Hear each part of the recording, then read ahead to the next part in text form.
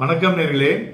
நம்மளுடைய இந்தியாவுடைய weightage Morgan Stanley composite index பேசுவோம் இல்லையா, அதில் வந்து எமர்ஜிங் மார்க்கெட்டில் 2 வருடத்தினுடைய லோவை தொட்டுள்ளது. ஸோ இது மெயினாக பார்த்தோம்னா ஒரு relative under performance for the last 1 year, அது ஒரு முக்கிய காரணம் என்று சொல்லலாம்.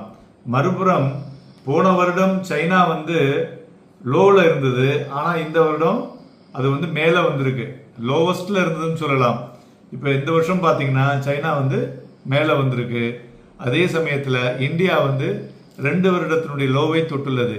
மெயினாக இதுக்கு காரணம் என்ன அப்படின்னு பார்த்தோம்னா, எண்ட் ஆஃப் ஆகஸ்டில் இந்தியா வந்து 16.21%, lowest since November 2023.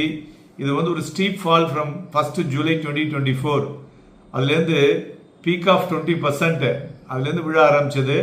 4.5% points of China இருந்தது, அது அதுலேருந்து பார்த்தீங்கன்னா 11% ஆக மாறி உள்ளது.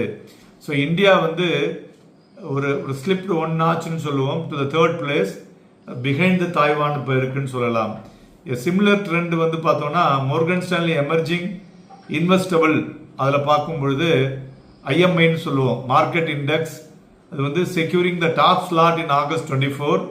இப்போ வந்து பார்த்தீங்கன்னா slip to the 3rd position.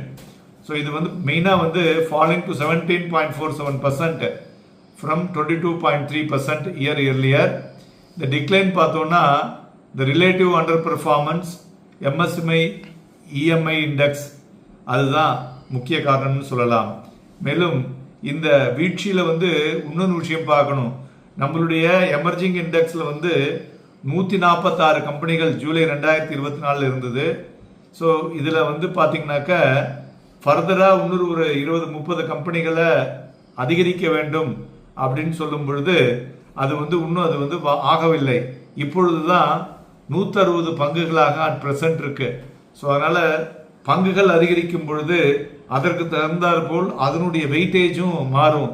So அதனால தான் நமக்கு வந்து இந்த மாதிரியான ஒரு வீழ்ச்சியை பார்க்க முடியும்னு சொல்லலாம். என்ன பண்ணுவாங்கன்னாக்க அந்த வெயிட்டேஜை குறைப்பாங்க.